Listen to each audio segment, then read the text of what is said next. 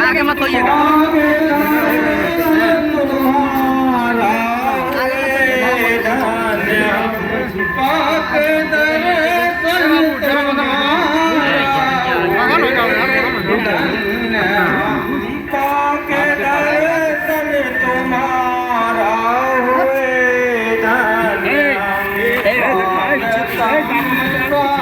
स्वागतम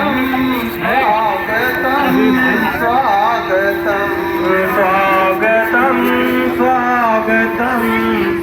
स्वागतम स्वागतम ढोल चरणों की पाकर दयालु तेरे ढोल चरणों की पाकर दयालु तेरे ढोल चरणों की पाकर दयालु तेरे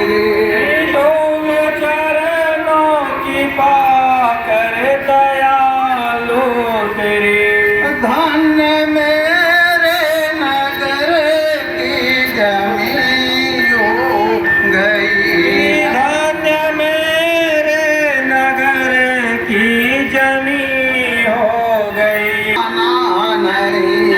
आज खुशियों का कोई ठिकाना नहीं बढ़ चले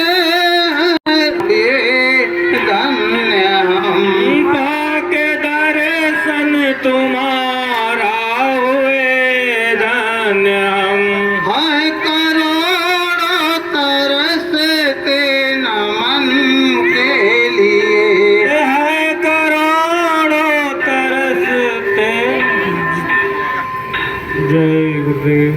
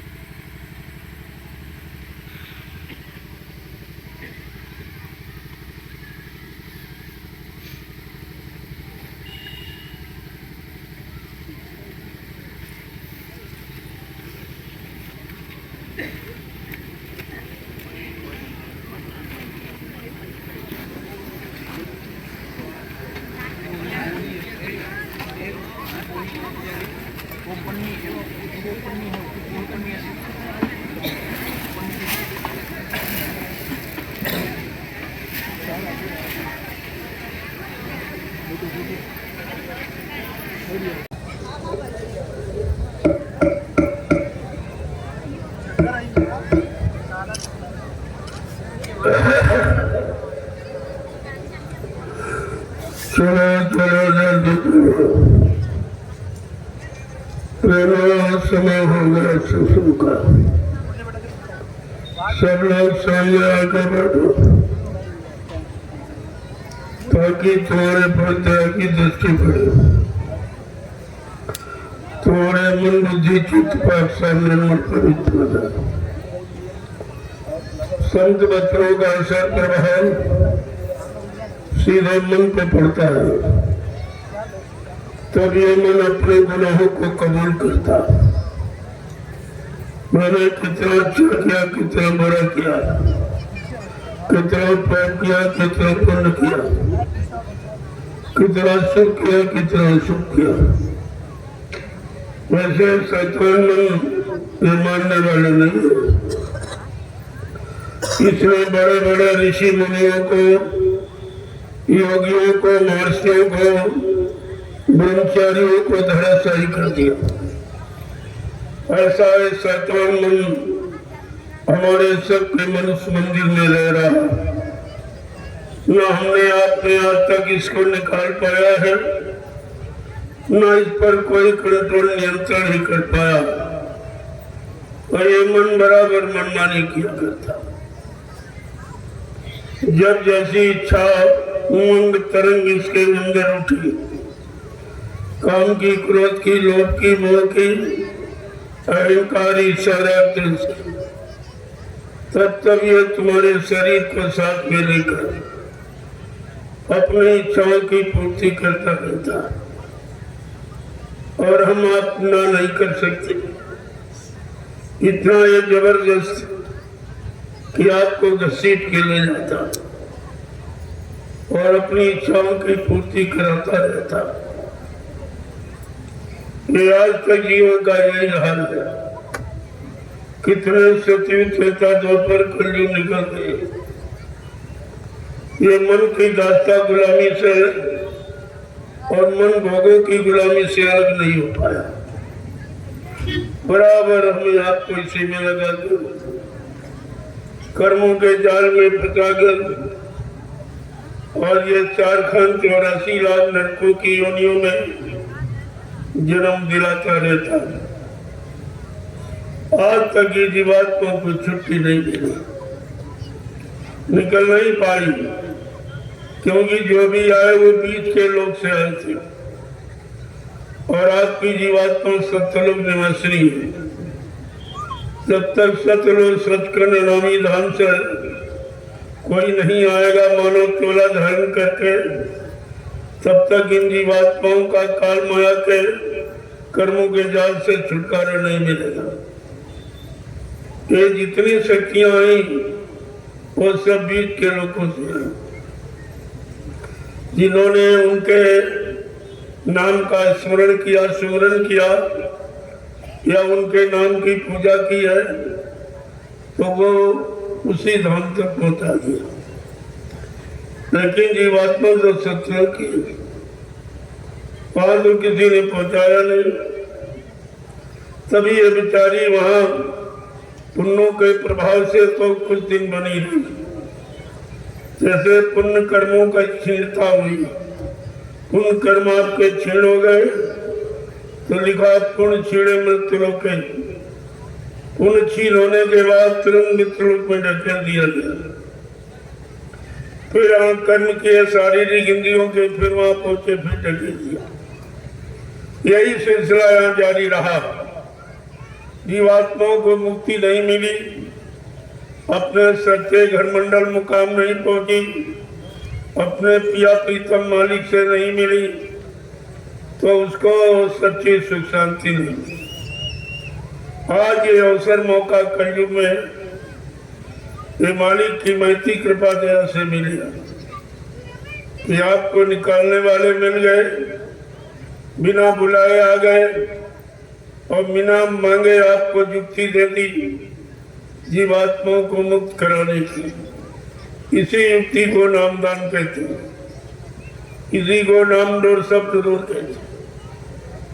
और वो आपको मिल गई, लेकिन आपने उसकी कदर नहीं की, क्योंकि जो चीज परिश्रम मेहनत त्याग के बाद मिलती है उसको जीव संभाल के रखता है। और जो ऐसे कोई दया हो जाए मिल जाए तो जीव दया की कदर नहीं करता। आपने यही किया, बिना मांगे ये नाम युक्ति आपको मिल गई तो आपने उसकी कदर नहीं की, उसको बुला दिया।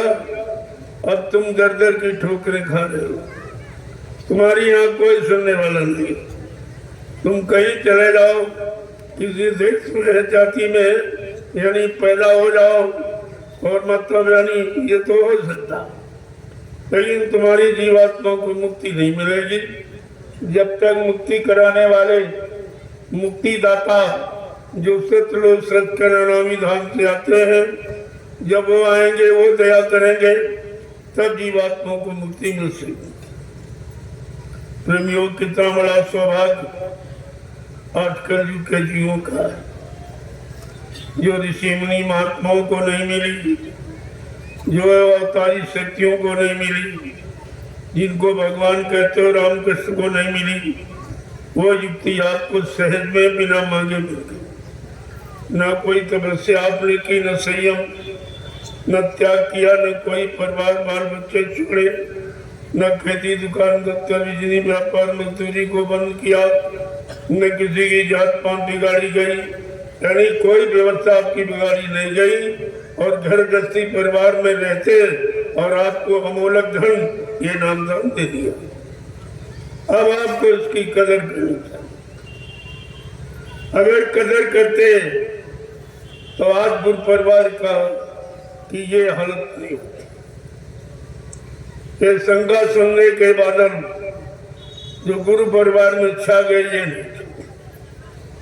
यही तो हमारी आपकी कमी कि हमने संत महापुरुषों के वचनों को समझा नहीं और वचनों से अपने मन को समझाया नहीं, मन को आपने सुधारा नहीं, मन को भोगों से आपने अलग किया नहीं। यही कमी नहीं।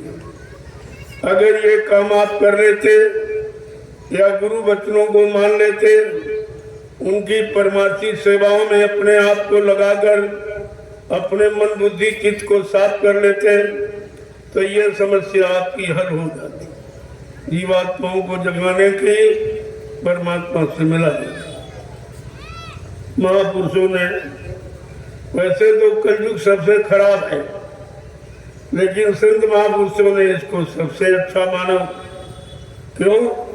कहते हैं कलयुग समने हम युग जो नर कर विश्वास। कलयुग के समान जीवात्माओं के कल्याण का इतना अच्छा कोई युग नहीं रहा। अगर संत महापुरुषों के वचनों पर जीवों को विश्वास हो जाए, पास विश्वास की, और विश्वास से आज परिवार समाज देश चलता। और आपने गुरु पर विश्वास नहीं किया, गुरु के वचनों पर वादों पर विश्वास नहीं किया, तो अब इस विश्वास का परिणाम क्या हुआ कि अब आप दर दर की ठोकरें खा रहे। तुम्हारी कोई सुनने वाला नहीं, तुम्हारे पाप कर्मों में माफी दिलाने वाला कोई। तुम यहाँ किसी को करोड़ों रुपए दे दो, कोई ज्ञानी ध्यानी विज्ञानी, कोई धनवान बलवान बुद्धिमान, उसको आप करोड़ों रुपए दे दो कि हमारे पे पाप को काट देगी। ये काम प्रेमियों को ही, जो रुपए पैसे धन दौलत से आपका काम यहाँ कोई नहीं कर सकता, वो काम संत महापुरुष कलयुग में अपने दर्शन से करेंगे। संत दरस जिम पातक तरई, संतों के दर्शन मात्र से पापों का क्षय हो जाता। जो न राम कर पाए, न कृष्ण कर पाए, न कोई ऋषि मुनि महात्मा योगी कर पाया, वो काम आपका संत महापुरुषों ने कलयुग में दर्शन दे के आपका और कर रहे। लेकिन कितने लोग इस लाभ के भागीदार बन पाए? तुम्हारा इतना बड़ा काम हो रहा था और तुम बोल ब्रह्म में बढ़ के अलग हो गए, तुम गुरु से अलग हो गए, गुरु के इस परमार्थी लाभ से वंचित रह गए। आपने तो वो काम किया है जो आज सृष्टि में किसी ने नहीं। यही तो सोचने समझने की बात। आज सत्संग का दूसरा दिन, मैंने कल आपसे वादा किया था कि सत्संग कल से प्रारंभ करूंगा, कि बहुत लोग मेरे रास्ते में हैं तो वो धीरे धीरे आ गए हैं, तो आप सत्संग बच्चों को सुन लीजिए।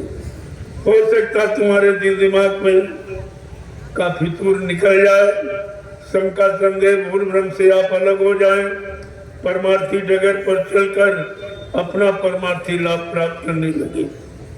महापुरुष हमेशा प्रयास ही करते रहते और जीवों को लाभ देने का प्रयास करते और कराते, लेकिन जीव बेचारा इतना भ्रमित है, इतना मतलब खराब हो गया है कि वो महापुरुषों को ना तो पहचान पाता और ना उनसे कोई लाभ प्राप्त कर पाता।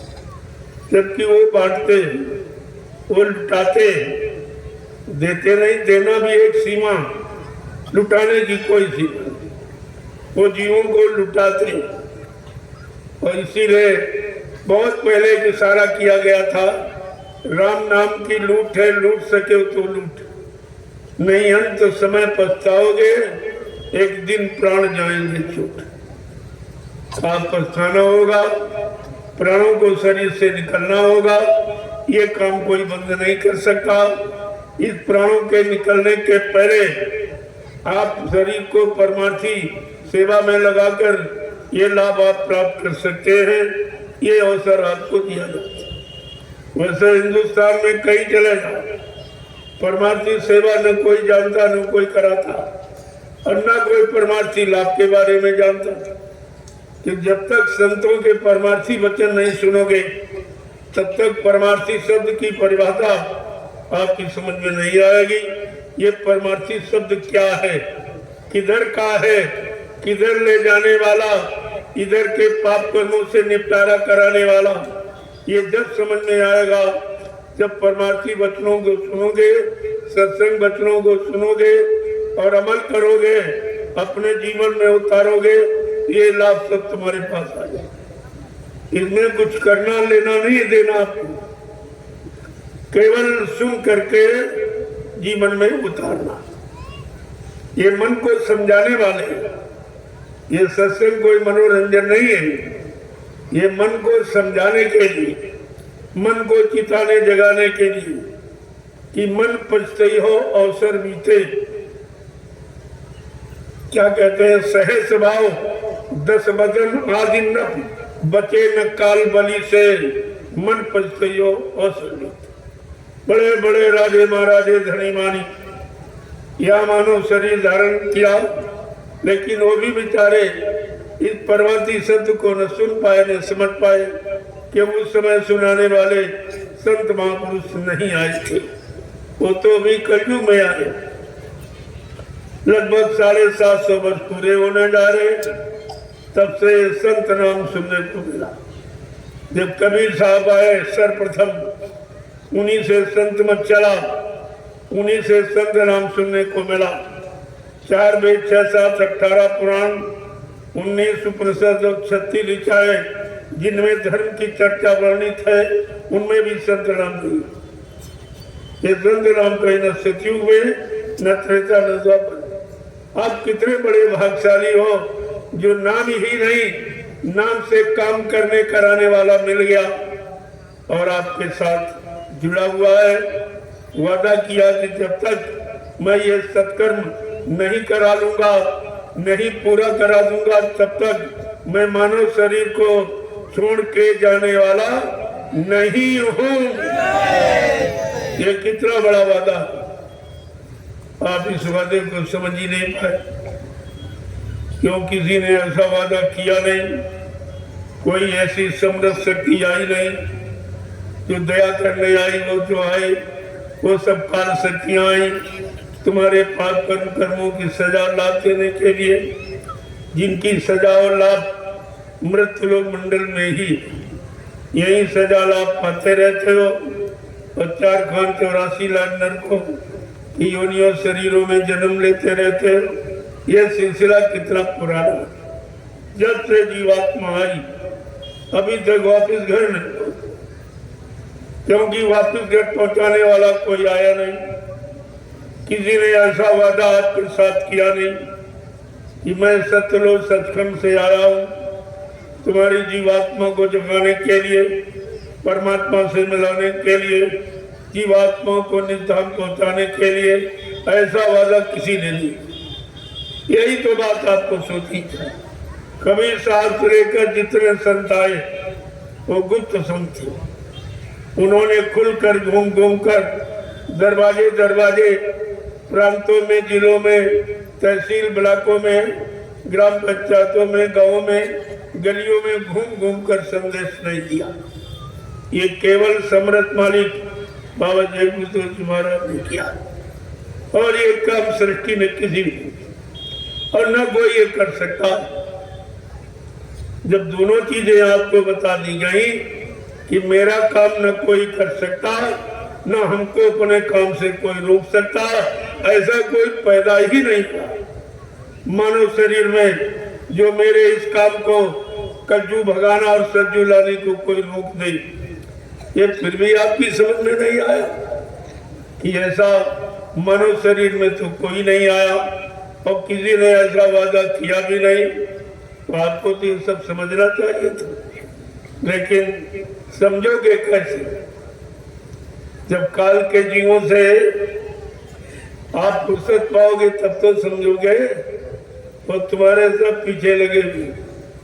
कितनी बार आपको सत्संग में बाबा जी ने बताया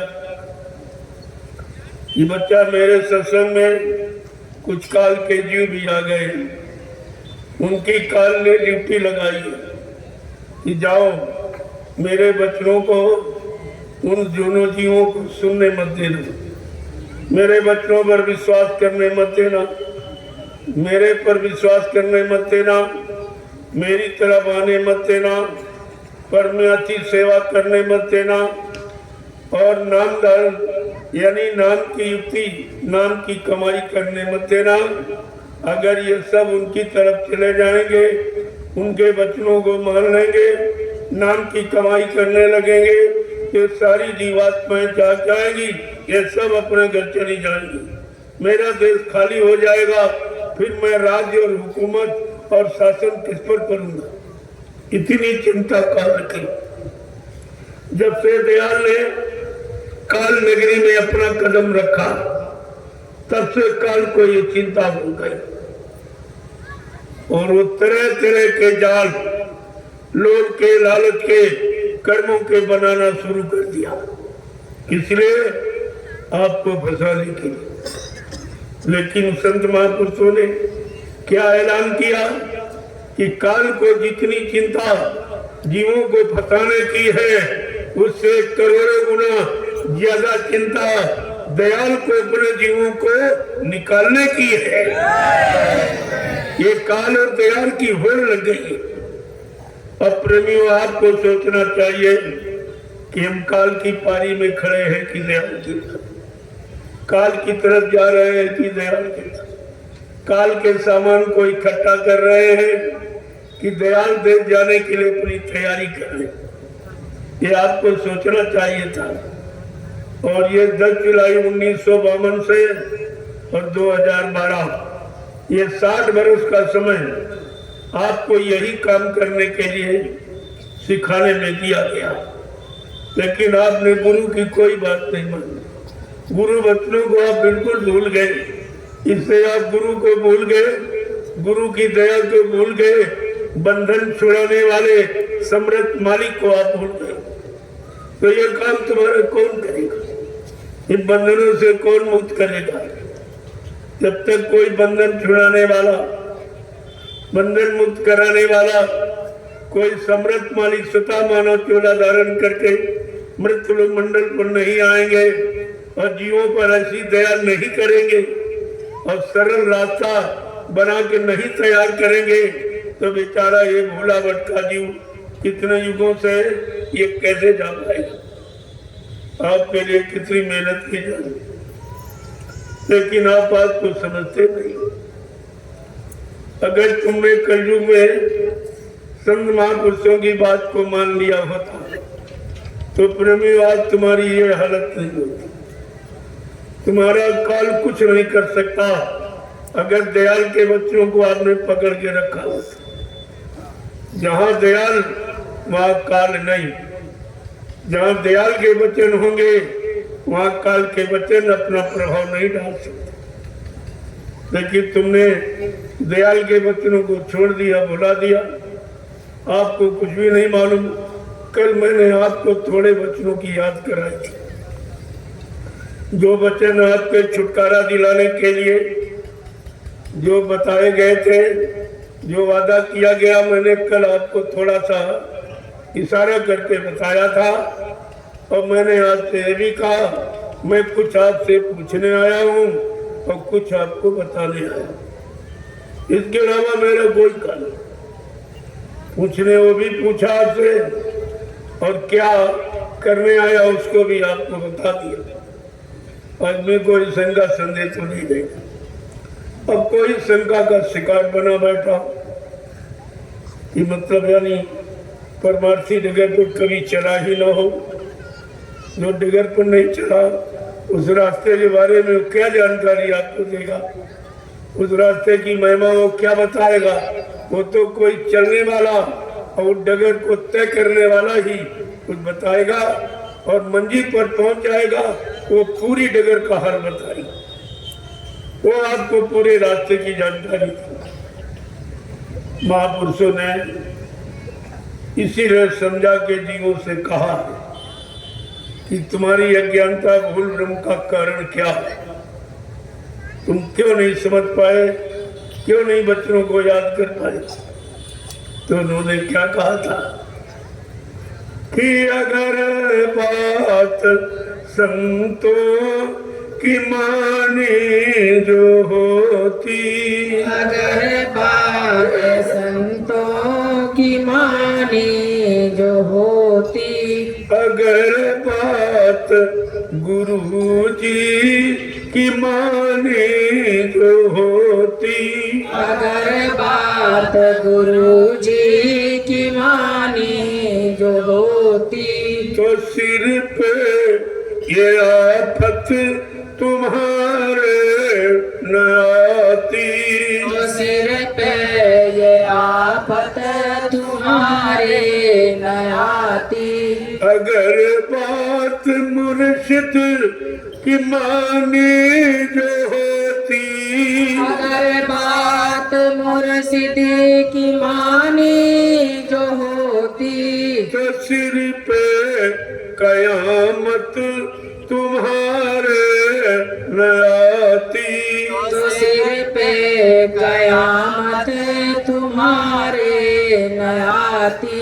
सभी देशवासी ये भाई है अपने, सभी देशवासी ये भाई है अपने, तो फिर पैर की नीति ठानी जो तुमने, तो फिर बैर की नीति ठानी क्यों तुमने। दया प्रेम सेवा तुम्हारे में होती, दया प्रेम सेवा तुम्हारे में होती, नदी खून की ये बहाई न होती, नदी खून की ये बहाई न होती। अगर बात संतों की मानी जो होती, अगर बात संतों की मानी जो होती, तो सिर पे ये आफत तुम्हारे न आती, तो सिर पे ये आफत तुम्हारे न आती। कि घट घट में इंसान के रहता भगवान, घट घट के इंसान में रहता भगवान। और इसकी नहीं तुमको है कोई पहचान, इसकी नहीं तुमको है कोई पहचान। अगर दिल भवन में सफाई जो होती, अगर दिल भवन में सफाई जो होती, तो मंदिर ये मस्जिद बनाई न होती, तो मंदिर ये मस्जिद बनाई न होती। प्रेमियों, गुनाह करते हो मनुष्य शरीर में और क्षमा याचना प्रार्थना करते हो ईंट पत्थर के मकान, जहाँ कोई नहीं बैठा, न सुनने वाला, न देने वाला, न लेने वाला, न समझाने वाला, न रोकने वाला, न आशीर्वाद प्रदान देने वाला। ये कितनी बड़ी अज्ञानता जीवों की जो अभी तक नहीं है। इस जड़ता की मत्ता से जीव को कैसे मुक्त कराया जाए, संतों ने कितना प्रयास प्रयत्न किया है कि जड़ से हटकर जीव चेतन में आ जाए। जड़ को भूलकर चेतन में लग जाए तो चेतन जीवात्मा का कल्याण हो जाए। लेकिन इतनी पुरानी पकड़, इतनी पुरानी आस्था, पुरानी रूढ़वास्ता आपके अंदर प्रवेश कर गई है कि अच्छी सच्ची बात आपकी समझ में नहीं आती। कैसी विडंबना है ये।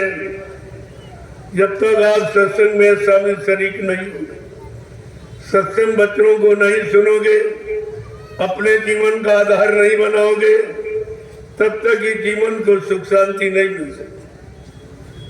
ये कहानी पैसे से मोल नहीं मिलती।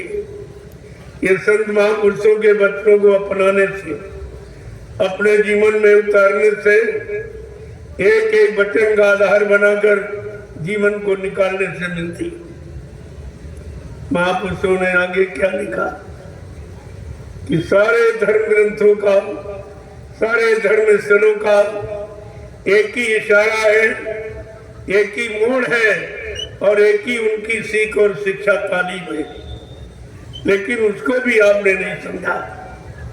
महापुरुष समझा के क्या कहते हैं कि सभी धर्म ग्रंथों का है एक कहना, सभी धर्म ग्रंथों का है एक कहना, सभी धर्म ग्रंथों का है एक कहना, सभी धर्म ग्रंथों का है एक कहना।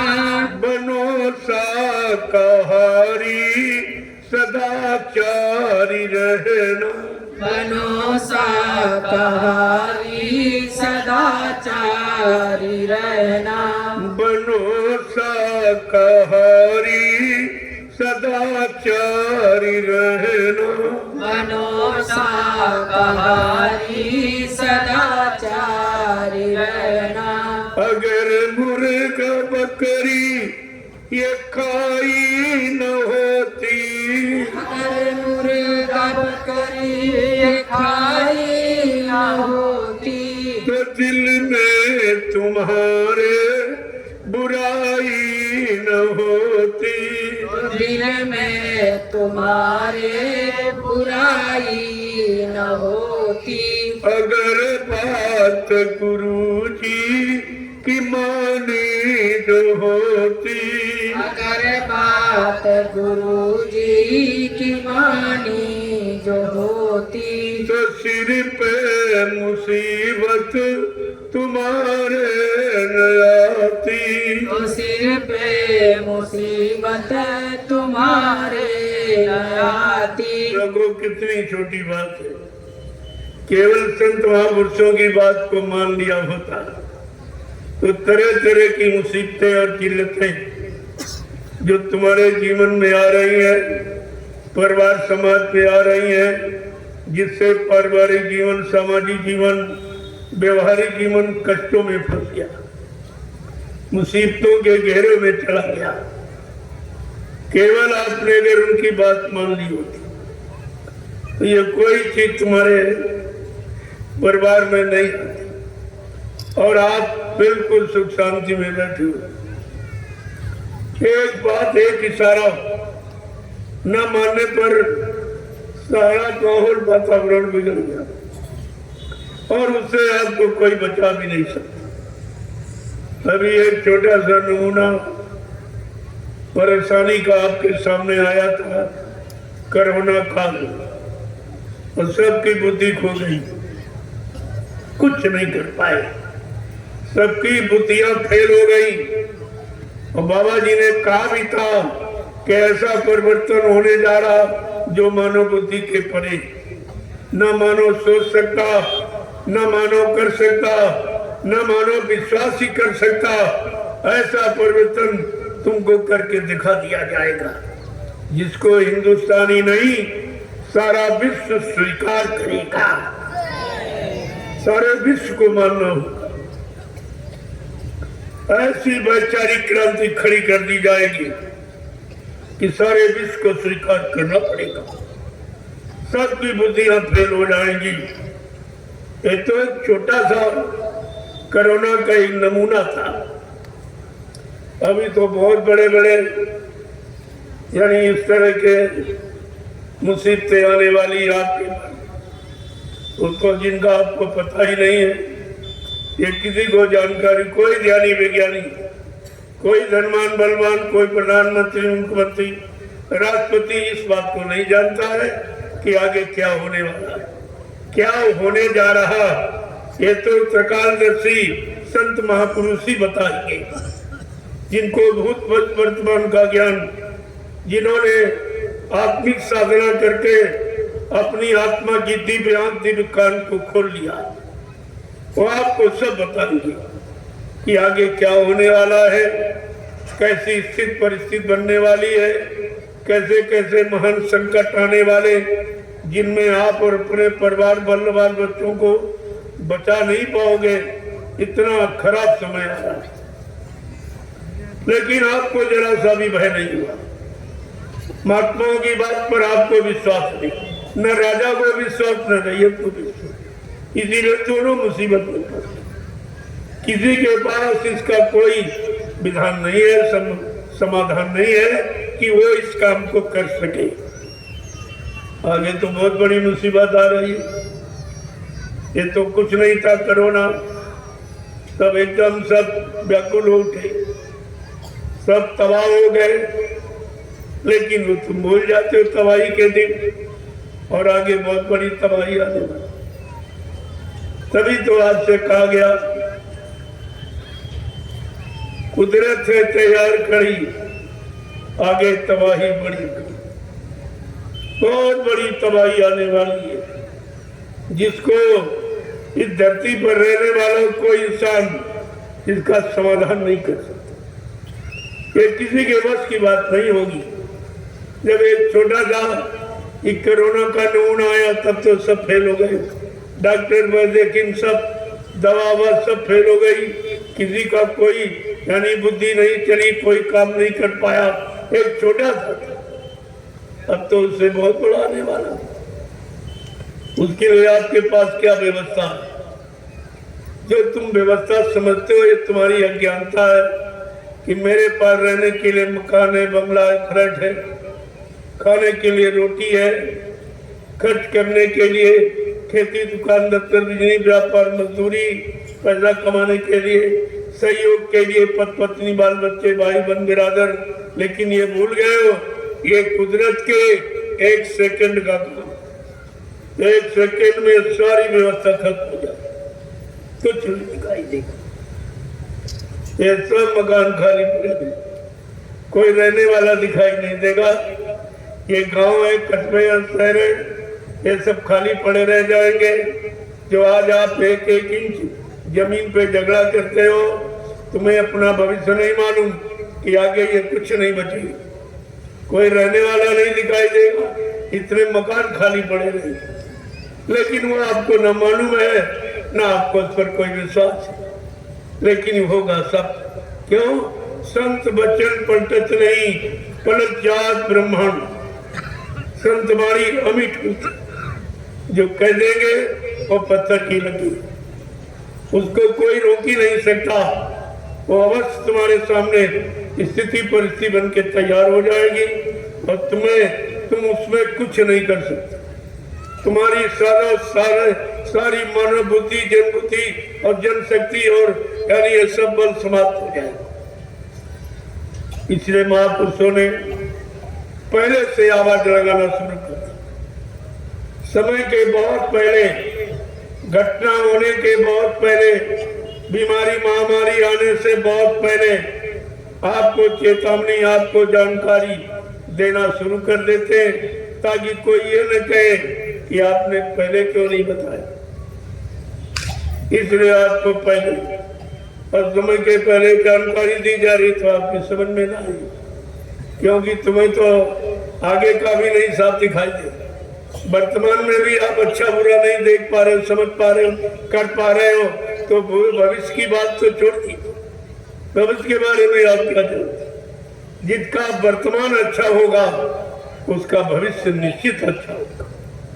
इसलिए वर्तमान में ही सारी शिक्षा रखी गई, सारा ज्ञान रखा गया, सारा कर्म विधान रखा गया कि वर्तमान में अपनी कर्म व्यवस्था को ठीक कर लो, ताकि तुम्हारा भविष्य उज्जवल हो जाए,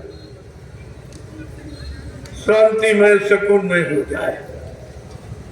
लेकिन इतनी जल्दी समझना, विश्वास करना जीव के बस की बात, क्योंकि जीव में इतनी दृढ़ता, इतनी कृतज्ञता तो है नहीं उसमें जो इस बात को समझ सके।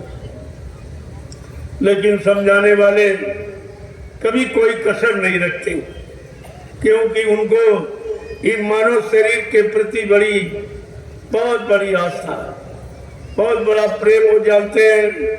ये मानव शरीर बार बार नहीं मिलता। करोड़ों जन्मों की तपस्या, करोड़ों जन्मों के पुण्य, करोड़ों जन्मों की सेवाएं जब जीव के एकत्र हो जाती, उनका उदय होने का वक्त आता है, तो ये पावन पवित्र घड़ी मानव अनमोल शरीर मंदिर की बात को मिलती। ये मनुष्य शरीर 83,99,999 योनियां जब आपने व्यतीत की है और भोगी है, उनमें जो भी कर्म किया उसका फल प्रायश्चित आपको मिला, वो भोग करके एक बार ये अवसर, मौका और चांस आपको दिया गया मानव शरीर का कि अब की बार चेत जाओ।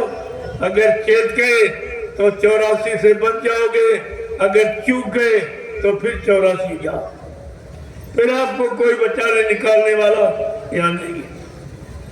इसलिए बॉर्डर की योनि है, बिल्कुल बॉर्डर पर आप खड़े हो, इधर बचाव है और उधर फंसाव है। इधर चल पड़े, चेत के बच्चों को समझ लिया, जीवन को सुधार लिया, तो हमेशा के लिए आप निकल जाओगे काल की नगरी से। और नहीं तो चूकना तो है ही, तो हमेशा चूकते ही तो रहे। एक सूरदास जी थे, उनके कोठरी में बंद गया, बहुत लंबा हाल था। तो दिन में सब लोग बातचीत करते रहे तो चुपचाप सूरदास जी बैठे, लेकिन शाम हुई सो अपने पर घर चले गए। अब सूरदास जी अकेले रह गए इतने बड़े हाल में। उन्होंने सोचा कोई ना कोई दरवाजा जरूर होगा, अगर ये इमारत बनी तो दरवाजा जरूर। दरवाजे के लालच में दीवार को पकड़कर धीरे धीरे दरवाजे की तलाश में चल। जब दरवाजा आ गया तो सिर में खुजली लगी, सिर खुजलाने लगे, चलना नहीं बंद किया, दरवाजा निकल गया। ऐसे जितनी बार दरवाजे पर आए उतनी बार खुजली, दरवाजा निकल गया। ठीक उसी तरह हम आप इस संसार ये लंबे हाल में है, और इसमें भोगों की खुजली हमें आपको दरवाजे पर टिकने नहीं देती है, आने नहीं देती। जो दरवाजा काल माया की नगरी से निकलने का, वहां पर आपको टिकने नहीं देती। यही हालात हम सब जीवों की। लेकिन संत महापुरुष उस भोगों की खुजली से आपको अलग करना चाहते, दूर रखना चाहते हैं। धीरे धीरे धीरे धीरे आपको सुधार करके नाम योग से आपको जोड़ना चाहते। ये भोग की खुजली से हटाकर नाम योग में आपको जोड़ना चाहते, जहाँ पर पूर्ण शांति सुकून, वहां से शांति का रास्ता तय किया जाता। तो ये कितना बड़ा काम, कितने युगों का भूला भी छड़ा आपको पूरा करा दिया। इसीलिए कहा है कि संत महापुरुषों के सिवा यहाँ कोई ऐसा नहीं है जो आपको काल माया की नगरी से निकलने दी। यहाँ जितने आए सब फंसाने वाले, कोई इतिहास आप उठा लीजिए और सब फंसने वाले ही हैं। और किसमें फंसे? काल माया के बनाए कर्मों के जाल में, जो दो जाल बनाए, शुभ और अशुभ, एक पाप और पुण्य। बस उसी में कभी पाप किया, कभी पुण्य किया, कभी शुभ किया, कभी अशुभ किया। बस इस पाप पुण्य के झगड़े से अलग नहीं हो पाए। लेकिन संत महापुरुषों ने जो रास्ता बताया है नाम का, नाम के रास्ते पर चलकर आपका ये काम हो सकता। जिस काम को किसी ने नहीं किया और जो काम तुम्हारा कोई कर नहीं सकता, जिस काम को किसी की यहाँ जानकारी नहीं है, वो काम कराने के लिए संत महापुरुष आए। लेकिन आपने उनके वचनों को बिल्कुल समझा ही। और महात्माओं ने, संतों ने, गुरुओं ने आपको खूब समझाया। क्या कहा कि बिना गुरु कृपा पार जाना कठिन है, बिना गुरु कृपा पार जाना कठिन है, बिना गुरु कृपा पार जाना कठिन है, बिना गुरु कृपा पार जाना कठिन है। और फिर के दो आंसू बहाना कठिन है, विरह के दो आंसू बहाना कठिन है। कहते ये तो काम कठिन, इस संसार सागर से पार होना और आंखों से बिरह के आंसू निकलना। बिरह का आंसू ही मालिक से मिलाता है। संतों ने क्या कहा? हंसी हंस कंठ न पायो, जिन पायो तिन रोए, हासे खेले प्यू मिले तो कौन सुहागन होए, बिन रोए नहीं पाई वो साहब का दीदार। कबीर साहब ने क्या कहा? बिना बिरह का आंसू गिराए कोई जीवात्मा अपने मालिक प्रीतम से नहीं मिल सकती, और वो आपके पास है। लेकिन उसका ज्ञान कराने वाले, वो विरह वेदना को दूर करने वाले, वो विरह की तपन प्यास बुझाने वाले जब तक नहीं आएंगे, नहीं मिलेंगे, तब तक आप इस विरह की तपन को नहीं बुझा सकते। कितनी बड़ी बात कही आपने, लेकिन बेचारा जीव नहीं समझ पाता है, उसकी समझ में आता ही नहीं कि हमारा ये कष्ट कौन निवारण करेगा। आंख तो हमारे पास है और आंख के दोनों किनारे आपके पास, लेकिन कौन किनारा स्वार्थ के आंसू का है और कौन किनारा विरह के आंसू का है। आपके पास इस मनुष्य मंदिर में सब कुछ विद्यमान है, लेकिन इस मनुष्य मंदिर की जानकारी देने वाला क्यों होना चाहिए? आंतरिक जानकारी जो इतने में है, ये इतने में केवल है जानकारी, इसकी जानकारी नहीं है। नीचे के गंदगी के दरवाजों की जानकारी है, तो इसीलिए गंदगी में फंस गया, वहां तो फंस गया, लेकिन उसकी जानकारी, ये ब्रह्मांड है, इसकी जानकारी नहीं। जब तक इसका जानकार नहीं मिलेगा तब तक नीचे के गंदगी के दरवाजों से आप मुक्ति नहीं पा सकते, आप छुटकारा नहीं पा सकते हो, उनसे अलग नहीं हो सकते हो। उन्होंने इतना तुमको फंसा लिया है और तुम्हारे मन बुद्धि चित्त में इतनी गंदगी भर रखी है कि आप उससे निकल ही नहीं पा रहे। तभी तो महापुरुष ने लिखा कि बिना गुरु कृपा पार जाना कठिन है, बिना गुरु कृपा पार जाना कठिन है। और बिरह के दो आंसू बहाना कठिन है, बिरह के दो आंसू बहाना कठिन है। कि सत्संग सेवा ये साधन न भक्ति, सत्संग सेवा ये साधन न भक्ति। और बिना प्रेम गुरु को रिझाना कठिन है, बिना प्रेम गुरु को रिझाना कठिन है। प्रेमियों, छुटकारा दिलाने वाले गुरु वो तुम्हारे रुपए पैसे धन दौलत से नहीं खुश। गुरु नहीं भूखा तेरे धन का, उन पर धन है नाम रतन का।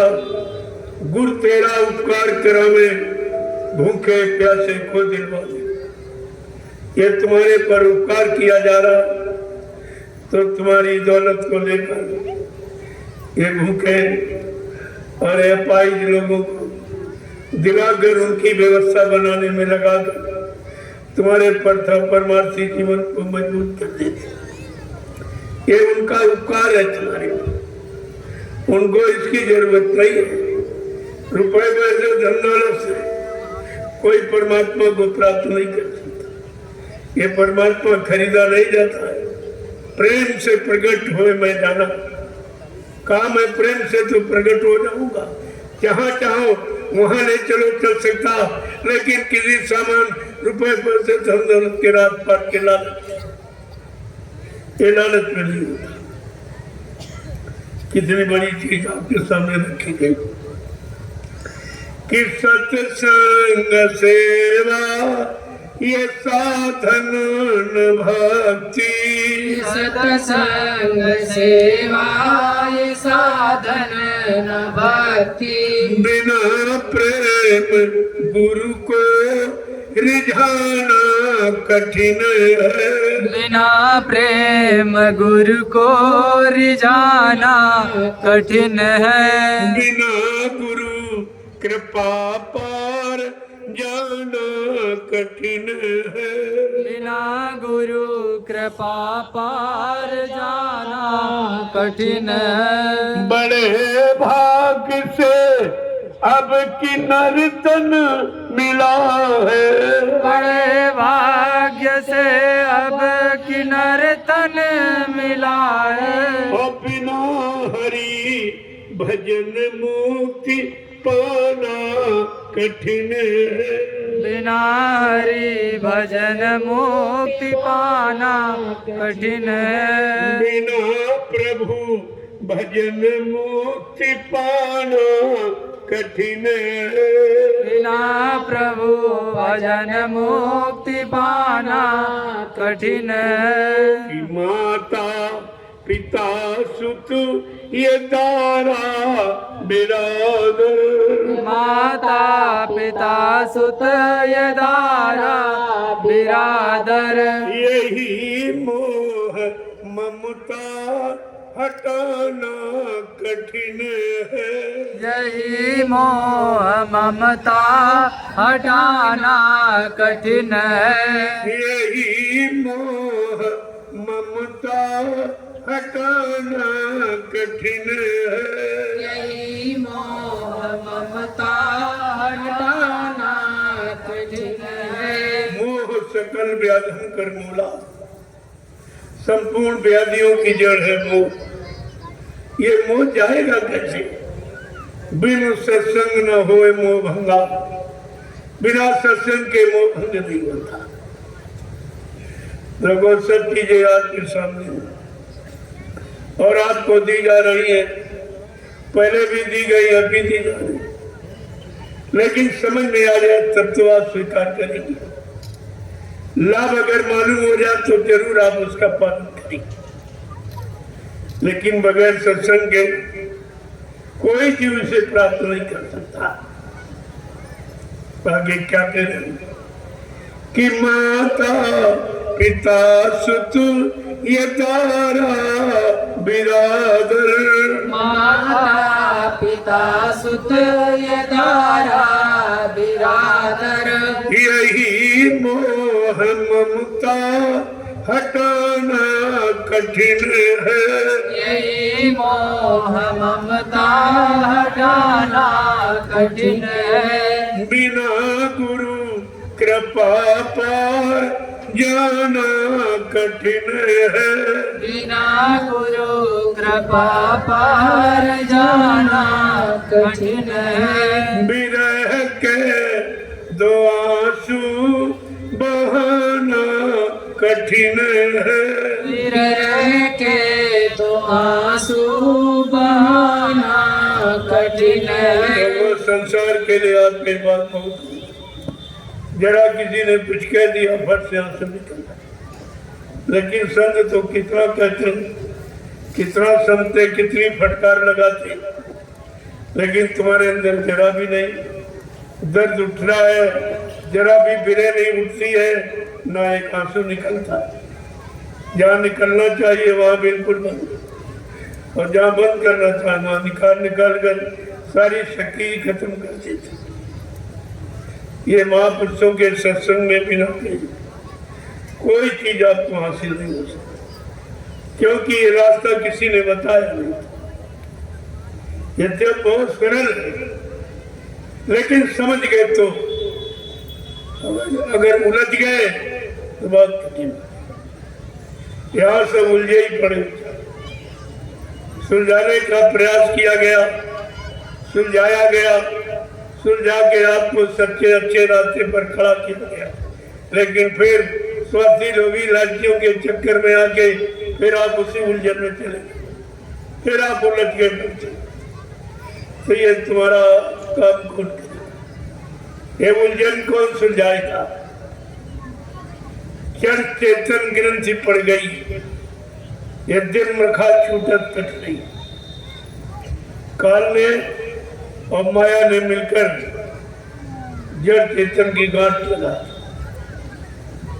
और उसके उस गांठ को खोलना जीव के बस की बात। उसने क्या किया? ऊपर से मोह माया का मतलब मोया लगा दिया। जैसे रस्सी की गांठ लगा दो और पानी में भिगो तो बहुत कठिन हो जाती, इतनी सख्त हो जाती कि नहीं खोल सकती। ऐसे जड़ चेतन की गांठ लगी और माया ने मोया लगा दी, और उससे इतनी वो सख्त मजबूत हो गई है कि आप छोटे। संत महापुरुष जब उस जड़ चेतन की गांठ को खोलने का जब युक्ति और साधन आपको बताया, तो माया ने तरह तरह की बाधाएं अटकलें पैदा कर दी। गोस्वामी जी महाराज जो कलयुग में आए, जिन्होंने रामचरितमानस लिखा, उन्होंने हम सब कलयुग को जीवों को इस गांठ से छुटकारा पाने की कितनी बड़ी युक्ति बताई है। सावधान आपको रखा कि सावधान रहना, माया तुम्हारे पीछे पड़ी। उसने अपनी सहेलियों को तुम्हारे पीछे लगा रखा। गोस्वामी महाराज ने लिख के बताया कि रीति सीधी बहु प्रेर भाई, अबूथ लोधु दिखा मन आई, कि कल बल छल कर जाय समीपा, अवंचल बात बुझा में दीपा, हो जो परम सयानी, और तीन तन चितब नानहित जानी। कहा माया ने अपनी सहेलियों को लगा दिया कि किसी को सदगुरु के वचन सुनने मत देना। जाओ तुम सत्संग में, किसी को वचन सुनने मत देना। उनमें तंद्रा निद्रा उंघाई जमुआई ये पैदा कर देना कि बच्चों को सुन ना पाए। नाम की युक्ति, नाम की कमाई न कर पावे, नहीं तो सारी जीवात्माएं अगर निकल जाएगी तो मेरा देश खाली हो जाएगा। मैं शासन हुकूमत किस पर करूं? देखो, लेकिन गोस्वामी महाराज लिखते हैं, जिन जीवों ने, जिन भक्तों ने, मुरीदों ने, फॉलोअरों ने, जिन्होंने बच्चों को सुना और समझा और संभाल के रखा, उसको उसको काल और माया उसकी सैनिया कुछ नहीं कर सकती। कोई बुद्धि जो परम सयानी, जिस बुद्धि में सियानापन, चतुरता आ गई, सत्संग बच्चों को सुनकर पक्का विश्वास हो गया, दृढ़ता मजबूती आ गई, का उस पर ये काल और माया और उसके सैनिया कुछ नहीं कर सकती। कोई बुद्धि जो परम सयानी, चिंतन चितत नानहित जानी, वो उनकी तरफ देखेगी भी नहीं। वो जानती है कि ये मेरा हित करने वाली, ये मेरा नुकसान करने वाली, ये मुझे हटाने बैठाने वाली है। देखो, सब कुछ लिखा है और तुम्हारे घर में लिखा पड़ी और 550 वर्ष पहले से लिखा पड़ी रामचरितमानस। लेकिन आपने अगर इससे पढ़ लिया होता, समझ लिया होता, तो आज संतों की इतिहास से जीव अलग नहीं होता, बिल्कुल अलग नहीं होता और लाभ प्राप्त कर लेता। ये स्वार्थी, लोभी, लालची, ये माया काल के जीव तुम्हारा कुछ नहीं कर पाए। तुमने समझा सत्संगी, तो बाबा जी ने पहले ही आपको कहा, तमाम सत्संगी बन गए वो जीवों को बहकाने बनवाने के लिए। संत मत में शामिल शरीक न होने पावे, इसके लिए वो निरंतर प्रयास करते रहेंगे, आपको झूठा सम्मान प्यार देते रहेंगे ताकि तुम सदगुरु के बच्चों को न सुन सको, न मान सको, न विश्वास कर सको। ये सब तुम्हारे पीछे लगा दिए। अब कितने झंझटों में आप फंसे हो, और कहा ऊपर से 5 का पहरा लगा दिया। काम, क्रोध, लोभ, मोह, अहंकार, ऐसे शत्रुओं का जबरदस्त पहरा। आप किसी शत्रु से लड़ नहीं सकते, सबने तुमको धराशायी कर रखा। काम ने कितना पीटा है, कितना तुम्हारे शरीर को निचोड़ा है, कितना तुमको भोगी बना दिया है, सारी शक्ति तुम्हारी नष्ट कर दी है। तुम काम से तो जेती नहीं, सारी सृष्टि काम में हो गई। और जब काम की पूर्ति नहीं तो क्रोध पैदा हो गया। अगर काम की पूर्ति हो गई तो लोभ और लालच हो जाएगा, फिर आप निकली नहीं पाओगे। ये कैसा जाल बनाया, इस जाल को बगैर सदगुरु की कृपा से, बगैर उनकी दया के कोई जाल को तोड़ के निकल नहीं सकता। और आप झूठा अहंकार करते हो, सब जान गए, हम ये जान गए, वो जान गए। तुम तो कुछ अभी जान ही नहीं पाए। जब निकलने का रास्ता नहीं जान पाए तो कौन सी जानकारी तुम्हारे पास। इसलिए प्रेमियों, एक एक वचन को जब संभाल के रखोगी, अपना जीवन उन वचनों के अनुसार निकालोगे, तो आपको जीवन में सुख शांति में सच्चा आनंद प्राप्त होगा। इसके पहले का रुपए पैसे, धन दौलत इकट्ठा करके, जमीन दुकान मकान बना के, पति पत्नी बाल बच्चे पैदा करके सुख शांति मिल जाए, तो यहाँ तो किसी को नहीं मिली। ये तो सामान सबके पास है, तो इसमें तो सब रो रहे, इस सामान को पाकर ही सब रो रहे, सब दुखी है, सब परेशान है। और तुमको अगर वही सामान मिल जाए तुम क्या सुखी हो जाओगे? अरे तुम्हें देखकर समझ लेना चाहिए कि जिनके पास ये सामान वो सब रो रहे, सब परेशान। कोई बच्चों से परेशान, कोई पत्नी से, कोई पति से परेशान, कोई भाई से, कोई बाप से। ये तो रोज हमारे पास झगड़े आते, ये झगड़े रोज आते, सब परेशान एक दूसरे से। इसका मतलब कि परेशानी दूर करने का ये तरीका नहीं, ये तो परेशानी में फंसने का तरीका। जिसको आपने अज्ञानता, स्वार्थ, लोभ, लालच में निकलने का रास्ता समझ लिया था और आप जाके वहां फंस गए। अब आपका निकलना मुश्किल।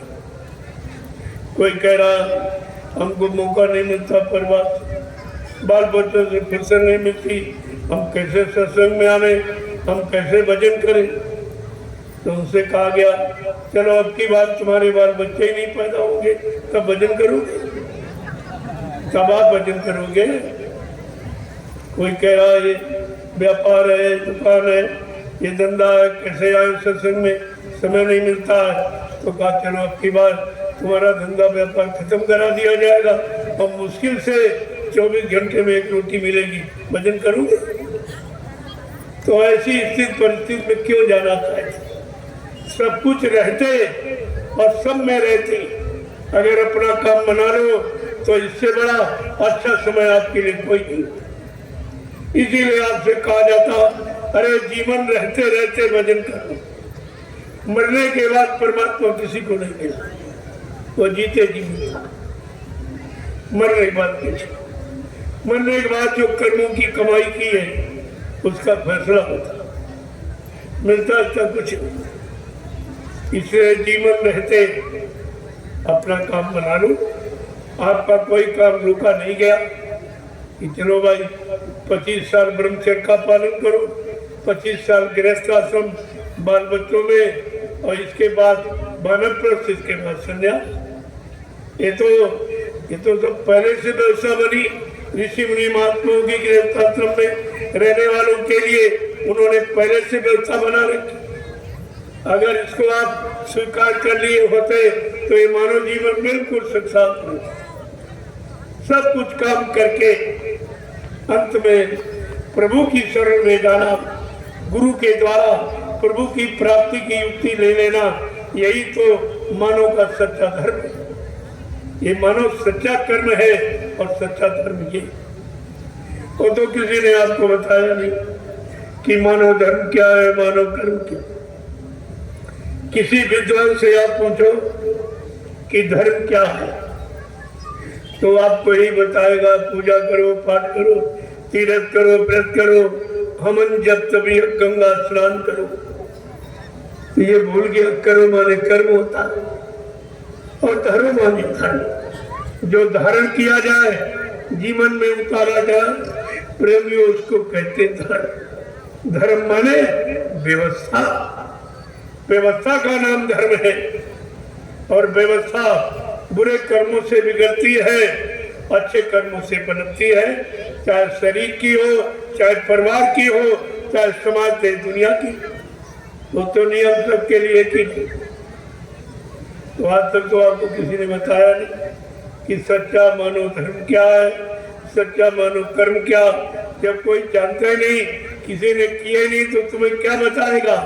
जो करता है वही करने का लाभ आपको बताएगा। ये करने से ये लाभ और ये न करने से नुकसान, ये दोनों की जानकारी मिलती। तो आपको तो कोई ऐसा मिला नहीं, जो मिले सबने यही बताया और बिल्कुल अंधी पूजा बताई, यानी जो आंखों से दिखाई भी नहीं। जिसकी पूजा बताई उसको कभी मिलाया नहीं, वो कभी मिला नहीं, उसको कभी आंखों से आपने देखा नहीं। तो पूजा भी तुम्हारी झूठी नहीं। अरे कोई काम संसार में करते हो तो कुछ पाने के लिए करते हो। खेती करते हो, अगर अनाज पैदा न हो तो कोई नहीं करे। दुकान व्यापार चलाते हो, अगर मुनाफा ना हो तो कोई नहीं करे। नौकरी मजदूरी करते हो, अगर तनख्वाह वेतन न मिले तो कोई नहीं करेगा। तो जीवन में ये सब समझ लेते हो कि करने का मतलब लाभ, करने के बदले लाभ प्राप्त करना ही करना की परिभाषा बता दे। और ये पूजा पाठ जो आपने की, इसमें आपको क्या मिला? कोई बता नहीं। इतने लोग बैठे हो, कोई बता दे पूजा पाठ से क्या मिला? जिसकी पूजा की वो भी नहीं मिला। जब वही नहीं मिला तो उसने कुछ दिया भी नहीं, अब कुछ कहा भी नहीं, ना कोई आशीर्वाद वरदान मिला, कुछ भी नहीं बताया।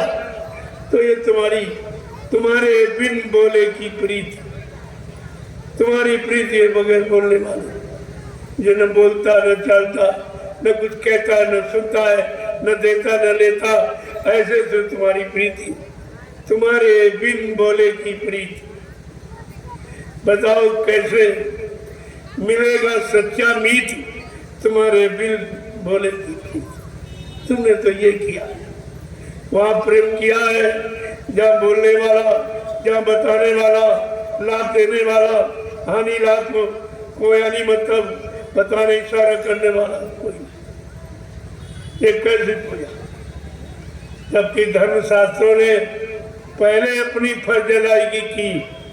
धर्मशास्त्रों ने स्पष्ट कहा, नाम बसामी वैकुंठे योगिना हृदय न चा मम भक्त्वा यत्र गान्ति तत्र तिष्ठामि नारदा। हे नारद, भगवान कह रहे हैं, हे नारद, जहां तुम ढूंढते हो या ढूंढने की युक्ति लोगों को बताते हो, वहां मैं कभी नहीं रहता। वो मेरे रहने का स्थान नहीं।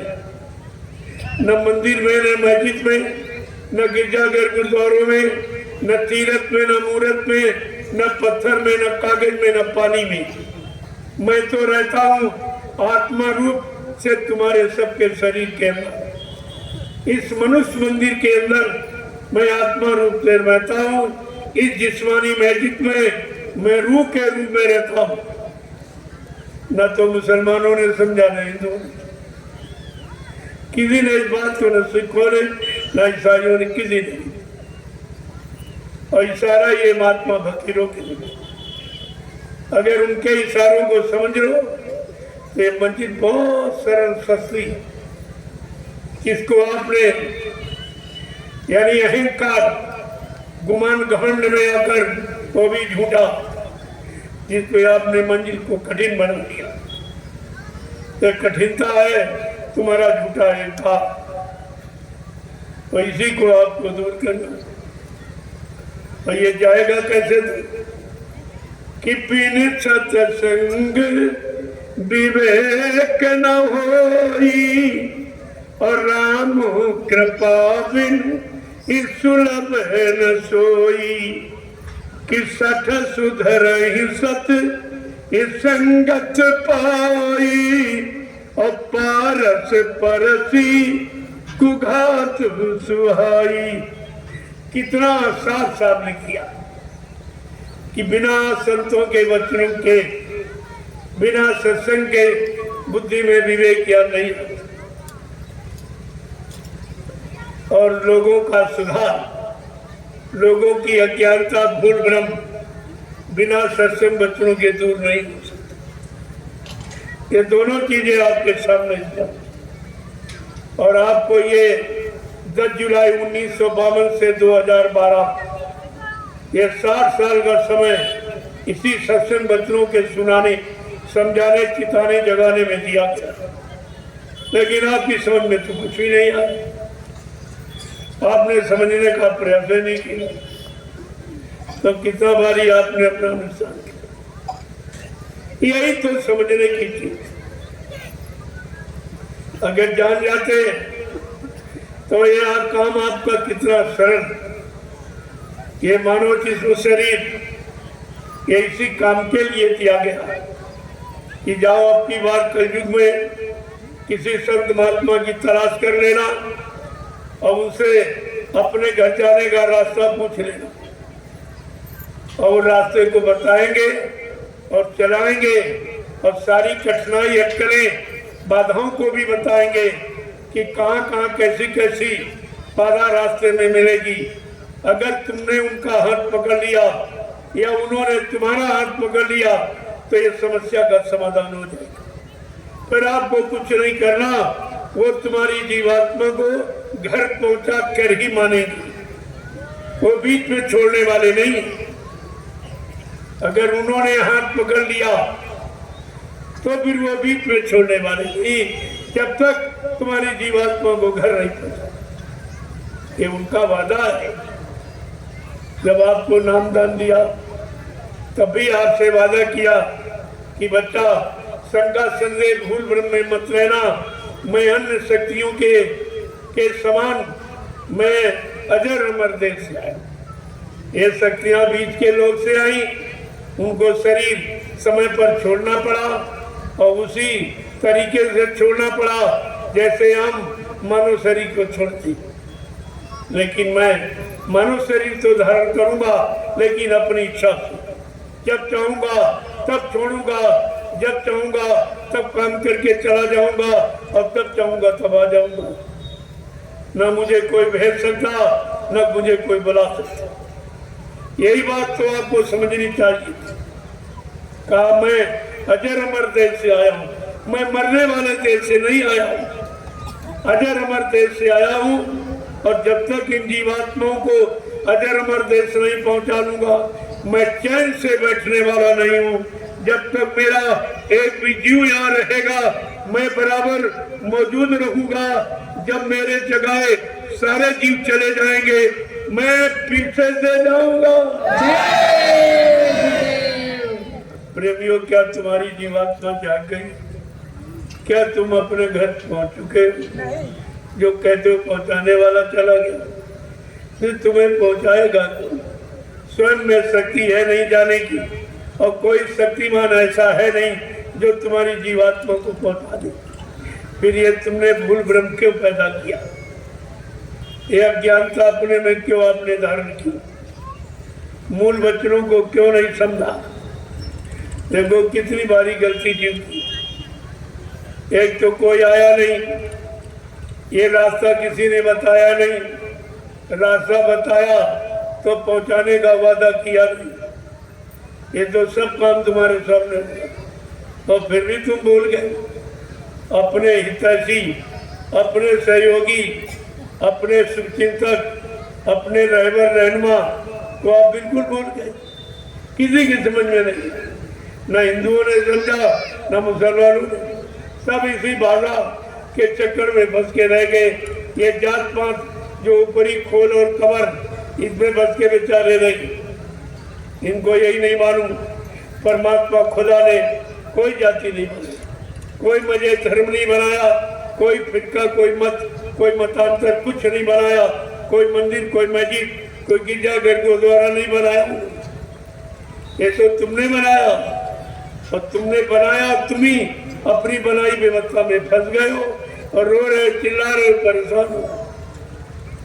अगर खुदा परमात्मा की बनाई व्यवस्था में बने रहते, समझते रहते और रहम और दया, प्रेम प्यार मोहब्बत को न खोते, न छोड़ते, तो आज ये आफत और मुसीबत का समय तुम्हारे पास नहीं आता, ये आपके पास नहीं आता। लेकिन आपने माना कुछ नहीं माना। जब तुमने नहीं माना, तुम्हारी कौन माना? तुमने नहीं सुना, तुम्हारी कौन सुनेगा? न तुमने गीता, न रामायण, भागवत, कुरान, बाइबल, गुरु ग्रंथ साहब, न तुमने उसको माना, तुम्हारी कौन माने? पीर पैगंबर औलिया, मुर्शिद कामिल फकीर, साधु संत महात्माओं को न माना, न उनकी बात, न सीख शिक्षा तालीम को आपने माना। अब तुम्हारी कौन मानेगा? अब तो मुसीबत के घेरे में आपके फंस गए। कलयुग घेरे चारी ओर, मनुआ जइयो कुछ। तुम कहाँ भग के जाओगे? कलयुग ने चारों तरफ घेरा डाला, निकलने के सारे रास्ते बंद कर। वो केवल रास्ता संत महापुरुषों के पास है जो कलयुग भी नहीं जानता, उसको भी इस रास्ते की जानकारी नहीं। वो संत महापुरुषों के पास ऐसा बारीक यानी सुरंग का रास्ता है जो कोई जानता नहीं। लेकिन जब उनकी बात मानोगे तब ये दया तुम्हारे पर करके उस रास्ते से निकालकर तुम्हारी जीवात्मा रूह को दो नरकों से बचा कर घर पहुंचा देगा। जब मानोगे तब ऐसे क्या? ये जानकारी तो आपको रखनी चाहिए। आपने कोई जानकारी नहीं रखी। अब तुम मुसीबत में फंस गए हो तो रो रहे चिल्ला रहे हो, है कोई सुनने वाला? जिन देवी देवताओं को आपने पूजा है, जिस नाम को आपने जपा है, जिन पर आपने रुपया पैसा धन दौलत समय श्रम पूंजी खर्च की है, तो उनसे कहो कि भाई हमारी मुसीबत दूर कर। अगर तुम्हारे में शक्ति है तो दूर कर दीजिए। मैंने तुम्हारी बहुत पूजा की, बहुत श्रम समय पूंजी पैसा खर्च किया है, अब हमारी मुसीबत को दूर कर दो। आपको पता चल जाएगा कि इनमें कोई है तुम्हारी मुसीबत को दूर करने वाला। कोई नहीं बोलेगा, कोई नहीं करेगा, और तुम्हारा समय सब चला गया। और अब भी डाला, ये जल जीव अभी नहीं चेत रहे, इतने चिंता में फंस गए हैं कि चेतन तो इनकी समझ में भी नहीं आता कि चेतन क्या है, चेतन किसे कहते हैं। अरे चेतन जीवात्मा शरीर तो जड़ है, जीवात्मा चेतन, और जीवात्मा का देश चेतन, जीवात्मा का मालिक चेतन, तो जीवात्मा की युक्ति वो चेतन, बाकी सब क्या है। और चेतन तो आपको बताया गया, चेतन समझ में नहीं आया और फिर आप उसी जड़ता की ममता में उलझ गए, फिर आप फंस गए, वहीं चले गए। स्वार्थी लोभी लालचियों के बहकाने पर आपने चिमरत चेतन शक्ति को छोड़ दिया और फिर जड़ता में चले गए। जिनके पास गए वो तो जड़ शरीर तुम्हारे जैसे, उनमें से कौन चेतन जीवात्मा को जगाने वाला है, कौन तुम्हारी जीवात्मा को घर पहुंचाने वाला है, या तुम्हारे द्वारा मनसा वाचा कर्मणा किए पाप कर्मों की माफी दिलाने वाला है कोई उनमें? इतना तो आपको विचार रखना ही चाहिए था, लेकिन कुछ नहीं, और अब भी समझ में नहीं आ रहा। तो ये लास्ट वार्निंग है, अंतिम चेतावनी। नहीं समझे तो तुम जानो तुम्हारे, ये आखिरी चेतावनी आपको दी था। चेत जाओ, जाग जाओ, होश में आ जाओ, नहीं कुदरत की मार पड़ने ही वाली है। उस कुदरत की मार से बचाने वाला कोई नहीं, स्वयं कोई नहीं बच पाएगा तो तुम्हें क्या बचाएगा। उसी से बचने बचाने का एक संदेश आपको दिया। यह संदेश कोई स्वार्थ लोभ लालच, कोई मान सम्मान राजपाट धन दौलत पाने का नहीं, ये जीवात्मा को जगाने वाला, परमात्मा से मिलाने वाला और पाप कर्मों में माफी दिलाने वाला ऐसा संदेश इस भूमंडल पर कभी नहीं आया। आपको तो समझना चाहिए कि आपको कितना अच्छा मौका, सुंदर मौका इस खराब युग में मिला। एक कलयुग सबसे ज्यादा खराब, वैसे हमारी दृष्टि से तो कलयुग सबसे अच्छा होना चाहिए, क्योंकि कलयुग के जीवों के सामने तीन युगों का अच्छा इतिहास, सतयुग का, त्रेता का, द्वापर। अच्छी उम्र वाला, अच्छे खान पान करने वाले, अच्छे कर्म करने वाले, अच्छी संसोबत, तपस्या, त्याग, संयम, वैराग रखने वाले ऐसे लोगों का इतिहास कलयुग के जीवों के सामने है। अगर तुमने उन तीन युगों के इतिहास को पढ़कर अपने जीवन में उतारा होता तो कलयुग सबसे अच्छा होता। लेकिन अफसोस तो ये कि सबसे खराब हो गया। इसका मतलब है कि आपने किसी युग की शिक्षा को आपने स्वीकार किया, कोई नियम संयम आपने अपनाया, कोई अच्छा मानवीय खान पान आपने अपनाया नहीं, तो धीरे धीरे व्यवस्था बिगड़ गई, इतनी बिगड़ गई अब किसी के बस की बात नहीं, न राजा न रैयत। अब ये कोई सुधार नहीं कर सकता। कितना कोई शोर मचाए, कितने फिरके तैयार कर ले धर्म के नाम पर, कितनी दुकानें खोल दे, ये तो सब है, लेकिन काम कोई नहीं कर सकता। ये काम किसी के बस का नहीं, काम दरबार से होगा।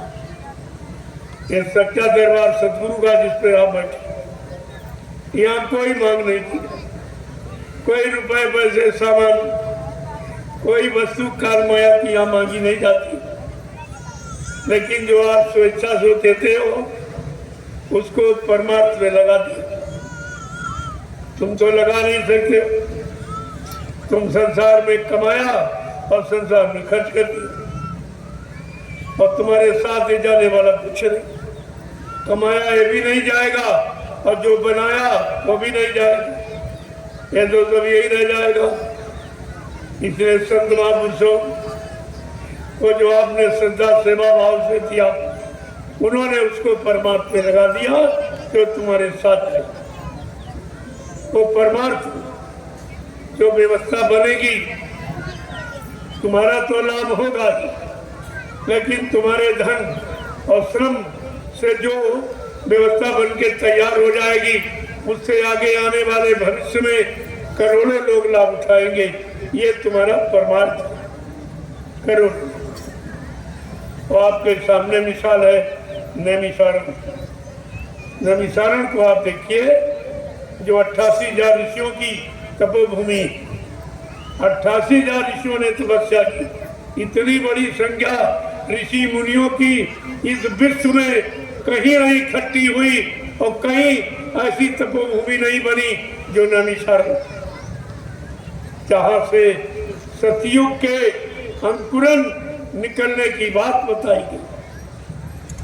ऐसे थोड़ी ये जगह लीजिए, ये सतगुरु दाता दयालु के आदेश पर ये जमीन दी गई कि जब सतयुग के अंकुरन निकलेंगे तो अंकुरन कोई आसमान में तो निकलेंगे। सबका आधार जमीन है, हर युग का काम जमीन पर हुआ और होगा, इसलिए सतयुग जमीन पर आएगा और जमीन पर रहने वाले लोगों को लाभ देगा। तो इसलिए रहने वालों के लिए कोई न कोई स्थान तो चाहिए ही, बगैर स्थान के तो कोई काम नहीं हो। तब इस स्थान का निर्माण किया गया। अब भी किसी के दिल दिमाग पे नहीं।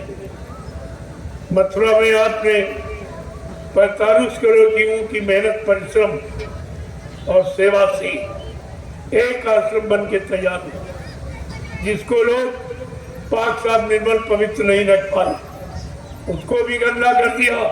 तब हमको मजबूर होकर इन प्रेमियों के लिए, गुरु परिवार के लिए 3 आश्रमों का निर्माण करना पड़ा। एक सतगुरु धाम नैमिषारण उत्तर सीतापुर उत्तर प्रदेश, दूसरा जय गुरुदेव आध्यात्मिक ज्ञानाश्रम मिश्री ग्रामशाला उत्तर प्रदेश, और तीसरा आपका है दयाल आश्रम जमुनिया ग्राम जिला हरदोई में। ये 3 आश्रमों का निर्माण हो। आप देखते जाइए, जब परिवार बड़ा होता है तो एक घर में गुजारा नहीं होता तो दूसरा घर बन जाता, तीसरा बन जाता है, लेकिन वो गिनती में 3-4 हो सकते हैं और व्यवस्था में एक ही। व्यवस्था में एक ही गुरु परिवार। इस व्यवस्था को ध्यान में रखो तो तुम्हारे दिल दिमाग से शंका निकल जाएगी। 3, 4, 5, 6 नहीं, एक, वो एक ही है। और एक ही गुरु परिवार की व्यवस्था को सुदृढ़, मजबूत और सुख शांति से रहने के लिए तैयार किया। ये सब आपको ध्यान में रखना चाहिए। और ये 10 वर्षों में, 10 क्या बल्कि 5 वर्षों में तैयार। पहले तो कुछ नहीं था।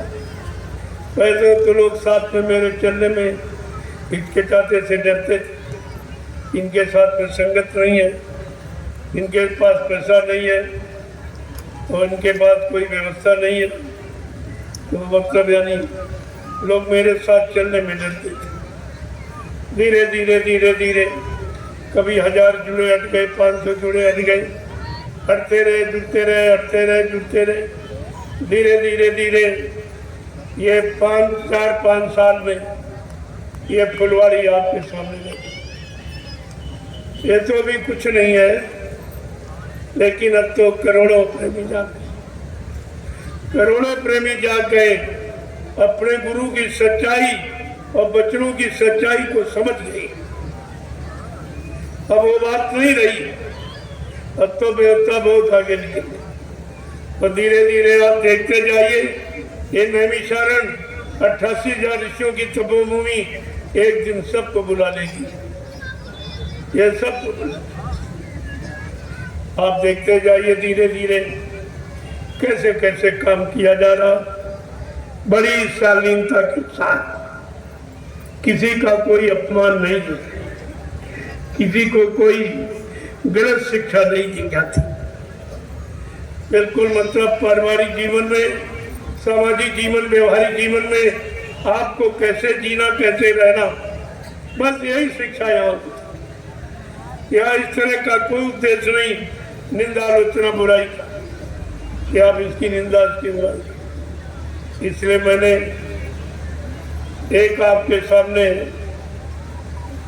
एक नया, एक नवीनतम भूमिका भारतीयता की, भारतीय शब्द की आपके सामने मैंने घोषणा 15 सितंबर 2023 मैंने यह घोषणा की है कि आप लोग अगर सच्चे भारतीय हो, सच्चे भारतवासी हो, सच्चे हिंदुस्तानी हो, तो आप अपनी सच्ची भारतीयता में आ जाइए, भारतीय वेशभूषा में आ जाओ, भारतीय सात्विक खान पान में आ जाओ, भारतीय हिंदी, हिंदुस्तान की हिंदी भाषा, संस्कृत भाषा जो तुम्हारे ऋषि मुनि महात्माओं के लेख की भाषा है, इस भाषा को अपना लो तो ये देश एकदम सुख शांति में आ जाएगा। वैसे इसमें सुख शांति कोई ला नहीं सकता। मैंने घोषणा 15 सितंबर 2023 मैंने बलिया जिला और आपका मऊ जिला और आजमगढ़ तीनों के बॉर्डर पर मैंने घोषणा की 15 सितंबर 2023 कि आप अगर सच्चे भारतीय हो और कुछ भारतीयता का तुम्हारे अंदर अंश खून है, अगर तुम असली हिंदुस्तानी हो तो अपने खान पान को अपना लो। तुम्हारे हिंदुस्तान का खान पान सबसे सात्विक, ये सच्चा, सबको बीमारियों से मुक्त रखने वाला, सबको लड़ाई झगड़ों से मुक्त रखने वाला, सब में प्रेम प्यार मोहब्बत सेवा दया सदाचार परमात्मा की यादगार माँ बहन बेटी बहू की परख पहचान कराने वाला। आप इसको अपना लें, आपके लिए अच्छा रहेगा। हमारी भारतीय वेशभूषा कितनी सादगी, जिसको पहनने से हमारा मन शांत और दूसरा देखे उसका भी मन शांत हो जाता, वो है यानी कुर्ता, धोती, कमीज, पैजामा, पगड़ी और टोपी और लंगोटी। ये आपकी भारतीय वेशभूषा, इसको आप अपना लीजिए।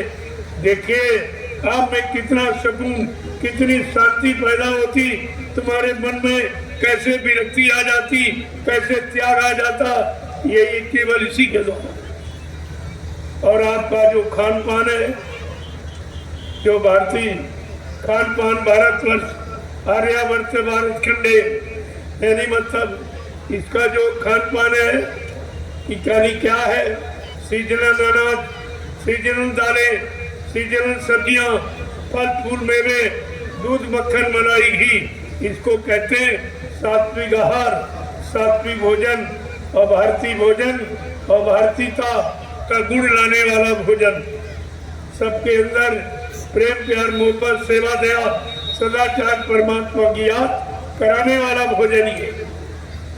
आप इस भोजन का इस्तेमाल करो, आप भारतीय कह जाओगे, भारतीय वेशभूषा आप भारतीय कह जाओगे, और भारतीय भाषा हिंदी और संस्कृत आगे आने वाले समय में हिंदी और संस्कृत में ये भारत का संविधान बनेगा और वो संविधान हर नागरिक को याद होगा। वो दोहा, चौपाई और सोरठा, छंद और सवैया में लिखा जाएगा तो सबको याद होगा। कोई किसी को न लूट सकता, न ठग सकता, न बेईमानी कर सकता, न बहका सकता।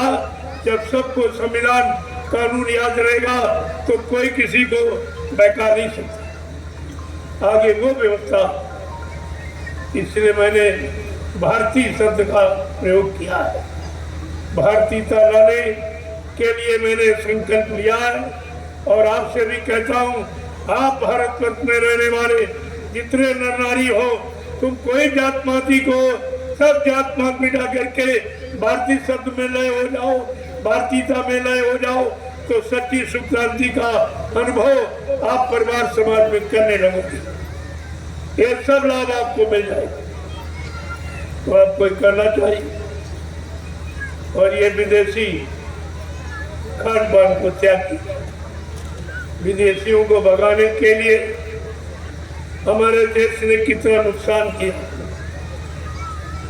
कितने लोग मारे गए, कितनी माताएं निपुती हो गई, कितने बहनों का सुहाग लुट गया, तब ये देश आजाद। यानी भारत,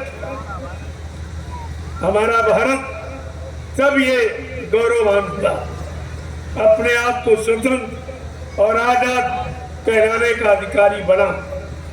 लेकिन प्रेमियों, वो आजादी कहने के लिए रह गई, लेकिन लोगों ने बर्बादी के कगार पर लाके खड़ा कर दिया अपने निजी स्वार्थ, लोभ लालच, मान सम्मान, अधिकार और पदों के लिए। वो आजादी को बर्बाद कर। लेकिन ऐसा नहीं है, सुख सदा रहता नहीं तो दुख का भी अंत है। ऐसा नहीं, समय एक समान नहीं रहता, ये बदलता रहता है। एक परिवर्तनशील जगत है, यहाँ हर चीज बदलाव में है। तो ये बुरा समय भी हमेशा नहीं रहेगा। एक दिन अच्छा समय आपके सामने आएगा और अच्छाई, सच्चाई का लाभ आपको मिलेगा। लेकिन किसी समय को लाने के लिए और किसी गंदगी को हटाने के लिए कुछ कष्ट उठाने पड़ते, कुछ परिश्रम, मेहनत करनी पड़ती, कुछ त्याग तपस्या भी करना पड़ता, कुछ सुखों की तिलांजलि भी देनी पड़ती। ऐसे तो नहीं कोई चीज आती। तो आपके सामने तो ये रब रखा गया और जिस महापुरुष ने ऐलान किया है वो कहता, केवल तुम निमित्त मात्र खड़े रहो, काम सब मैं करके दिखा दूं। आपको कुछ करना भी नहीं, केवल सही सच्चे रास्ते पर खड़ा रहना, भारतीय बनकर और भारतीयता का गुण अपने में लाकर आपको केवल खड़ा रहना। करने वाला इतना महान है, वो सब करके दिखा देगा। आप चिंता मत करिए, थोड़ा इंतजार और कर लीजिए, ये सब काम आपके सामने होकर दिखा दिया जाएगा करके।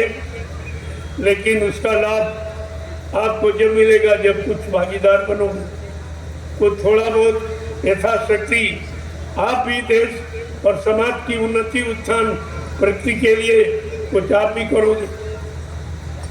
तो प्रेमियों, इसको ध्यान दें। जय गुरुदेव, जय गुरुदेव, जय गुरुदेव, जय गुरुदेव। नाम किसका? प्रभु का प्यारा नाम। अब आप लोग खड़े हो जाओ, खड़े हो जाओ प्रेमियों।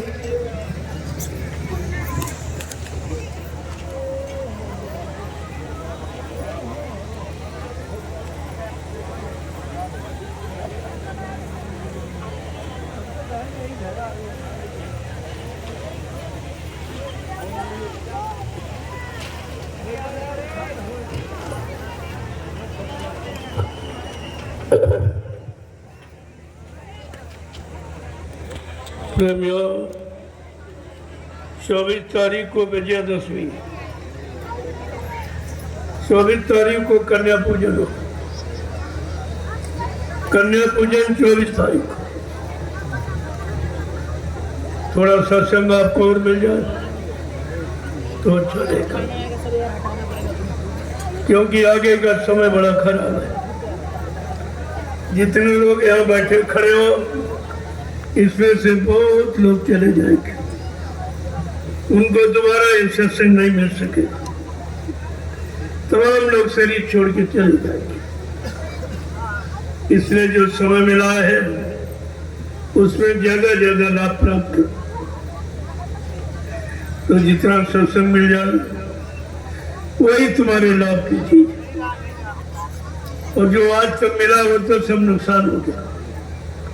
उसने आपका समय जीवन नष्ट किया है, लेकिन ये सत्संग का समय तुम्हारे जीवन को बदलने वाला है, तुम्हारे जीवन को असली लाभ देने वाला है।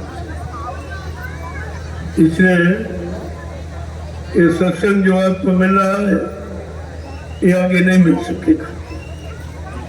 तमाम प्रेमी शरीर छोड़ के चले जाएंगे। जय गुरुदेव, जय गुरुदेव, जय गुरुदेव, जय गुरुदेव, जय गुरुदेव। नाम किसका? प्रभु का। जय गुरुदेव। नाम किसका? प्रभु का। जय गुरुदेव। नाम किसका? प्रभु का। प्रभु का प्यारा नाम। जय गुरुदेव। जोर से बोलो, जय गुरुदेव। सब मिल बोलो, जय गुरुदेव। बोलना होगा, जय गुरुदेव। अभी से बोलो। जय गुरुदेव। दुख दर्द हरेंगे, जय गुरुदेव। सब कष्ट मिटेंगे, जय गुरुदेव। सुख शांति भी देंगे। जय गुरुदेव। सबके दाता, जय गुरुदेव। सबके मालिक, जय गुरुदेव। प्रेम से बोले। जय गुरुदेव। ये नाम नहीं इंसान का, ये नाम है प्रभु का। ये काम नहीं इंसान का। ये काम है प्रभु का। प्रेमियों भी इंसानों के बस का काम नहीं है, चाहे राजनीति हो चाहे धर्म हो। ये अब इंसानों, स्वार्थी, लोभी, लालचियों के बस की बात नहीं। ये हिंदुस्तान धार्मिक धरा, यहाँ धर्म के लिए भगवान राम को रावण से लड़ाई लड़नी पड़ी, धर्म के लिए भगवान कृष्ण को महाभारत करना पड़ा। ऐसे धर्म हंसी मजाक में नहीं आता। ऐसे अंदर मंदिर मूर्तियां लगाने बनाने से धर्म नहीं आता। धर्म तो त्याग की मूर्ति है, त्याग करने से आता है। भगवान राम कृष्ण का इतिहास पढ़ लो तो समझ में आ जाए कि धर्म कितनी कुर्बानी के बाद आता है, और इसको लोग हंसी मजाक समझते। कोई मंदिर बना रहा, कोई मूर्ति लगा रहा, सब इसी जड़ता की ममता में फंसे। अरे जड़ता से कभी चेतन का काम नहीं होगा। ये शरीर जीवात्मा सब चेतन शरीर होगी, इनका काम तुम जड़ पत्थर कागज कैलेंडर से करना चाहते। कोई अंदर मंदिर, कोई मूर्ति बनाकर लगाकर तुम धर्म को लाना चाहते। क्या राम कृष्ण की बात को भूल गए कि धर्म कैसे आया और वो कैसे लाए? उनको नाको चले चबाने पड़े थे, कितनी कुर्बानी देनी पड़ी, कितना खून खराबा हुआ, तब ये चीज देखने को मिली थी धर्म। और धर्म को लोगों ने हंसी मजाक, मखौल, पाखंड, बाइडम्बर समझकर धर्म को खो दिया। अब उसको लाने के लिए फिर से महापुरुषों को मेहनत करनी पड़ी। अगर रामकृष्ण की भूमिका धर्म की आप लोग बनाए रखते होते तो आज बाबा जी को इतनी मेहनत नहीं करनी पड़ती, ये सब काम सहज में हो जाता। लेकिन आप तो रामकृष्ण की धर्म की भूमिका को बिल्कुल नष्ट नाबूद कर दिया, इसलिए फिर से मेहनत करनी पड़ी। जब राजा रैया सब जल में फंस जाएंगे, परमात्मा चेतन, देवी देवता चेतन, अवतारी शक्तियां चेतन, और ये जड़ में इशारा कर रहे हैं और जड़ मूर्तियां बना रहे हैं जिसमें श्रम समय पूंजी देशवासियों की बर्बाद कर रहे हैं। इससे क्या होने वाला है? और इससे कहीं धर्म आ जाएगा कि मानवता, इंसानियत आ जाएगी कि प्रेम, प्यार, मोहब्बत, सेवा, दया, सदाचार, परमात्मा की यादगार आ जाएगी? क्या माँ बहन, बेटी, बहू की परख और पहचान होने लगेगी? ये सब आपको सोचना चाहिए। जय गुरुदेव, जय गुरुदेव, जय गुरुदेव। नाम किसका? जय गुरुदेव। नाम किसका? प्रभु का प्यारा नाम। अब आप लोग लाइन से खड़े हो। हमारी एक समाज की मर्यादा है, एक लाइन में पुरुष, एक में महिलाएं। ये मर्यादा सब जगह अगर लागू रखते तो इतना बिगाड़ नहीं होता। जो परिवार समाजों देश में जो बिगाड़ हुआ है, जो मर्यादा नष्ट हुई है, जो सभ्यता खत्म हो गई है, भारतीय संस्कृति का जो नामो निशान मिट गया है, ये कुछ नहीं होता। इसलिए आप लोग लाइन से खड़े हो जाओ। मैं एक एक का दर्शन करूँ। आप लोग घर परिवार बाल बच्चों को छोड़ के आए हो, खेती दुकान दफ्तर बिजली व्यापार मजदूरी बंद करके आए हो, तो आपने इतना त्याग किया। ऐसे कलयुग में इतना त्याग भी कोई कर पाता। ऐसे त्यागियों का मैं दर्शन करना चाहता हूँ, मैं उनको प्रणाम करना चाहता हूँ। और ये मुसीबत, दुख, तकलीफ, बीमारियों से बचने के लिए ये महाप्रसाद देना चाहिए। ये इलायची दाना महाप्रसाद, ये लड्डू वड्डू नहीं महाप्रसाद। वो तो आपके अच्छे बच्चों के लिए दे दिया जाता है। बाकी असली प्रसाद ये इलायची दाना, रामदाना, ये बरसों खराब नहीं होता। रखे रहो, बरसों नहीं खराब। ये प्रसाद है, ये खराब नहीं। और लड्डू 2-4 दिन में खराब हो जाता है। वो तो बाल बच्चों के लिए या कोई किसी की सेवा ले आता है तो भाई कहते हैं उसको दे देना, तो कहेगा चलो भाई हमको भी कुछ मिल गया है, उनको दे दिया जाता। लेकिन आप सबके लिए ये इलायची दाना अनिवार्य, ये तमाम मुसीबत, बीमारी, परेशानियों को दूर करने वाला है। 10 बार जय गुरुदेव नाम प्रभु का लेकर ये दाना का प्रयोग करें, ये सब आपका। लेकिन एक बात जरूर है कि आपको शाकाहारी रहना।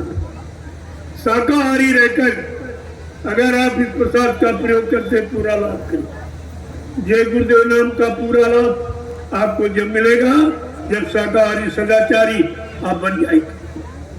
जय गुरुदेव। दूसरा लाभ वो झंडा। देखो हिंदुस्तान में बहुत झंडे, जितनी पार्टियां उतने झंडे, और धर्म स्थलों में झंडे, और इसमें भी तो लोग और हैं जय गुरुदेव नाम का झंडा लिए।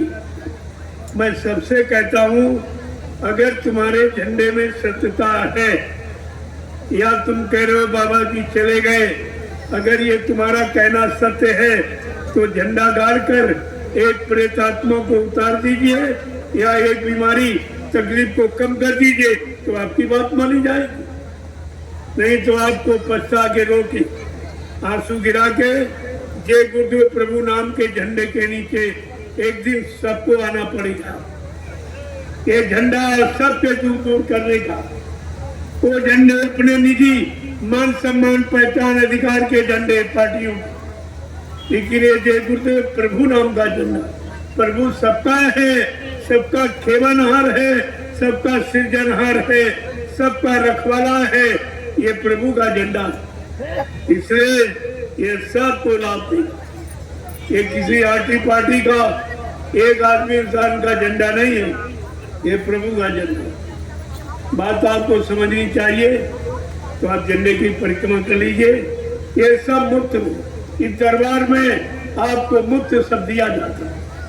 यहाँ लिया नहीं जाता, दिया जाता सब तरफ वाला। आज हिंदुस्तान में कोई प्रसाद नहीं देगा, कोई प्रसाद बनाना जानता नहीं देगा। यही तो सच्ची पहचान है कि प्रसाद कौन बना सकता है। जिसने अपने सदगुरु दाता दयालु को खुश कर लिया, उनके नियम कानून सिद्धांतों को मानकर, उनके वचनों पर चलकर जिसने अपने सदगुरु को खुश कर लिया, वो सदगुरु की दुआ दिया किसी वस्तु में प्रवेश करके जीवों को लाभ दे सकता है, ये लाभ उसके अधीन है। तो आपको खुलेआम कहा जा रहा है। अगर तो कोई इस तरह बनाना जानता तो बना के दिखा दे। ये तो चैलेंज किया जा रहा कि हिंदुस्तान में प्रसाद कोई नहीं, और न कोई किसी ने आपको आज तक दिया। ये प्रसाद केवल दरबार में दिया जाता। ये दुकानों पर प्रसाद मोल मिलता है, बांटता कोई नहीं, और दरबार में प्रसाद मुफ्त दिया जाता है। यही तो दरबार और दुकान की पहचान है।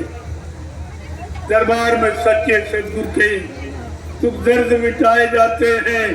दुनिया के सताए लोग जहाँ सीने से लगाए जाते हैं। ये ऐसा दरबार है प्रभु। जय गुरुदेव, जय गुरुदेव।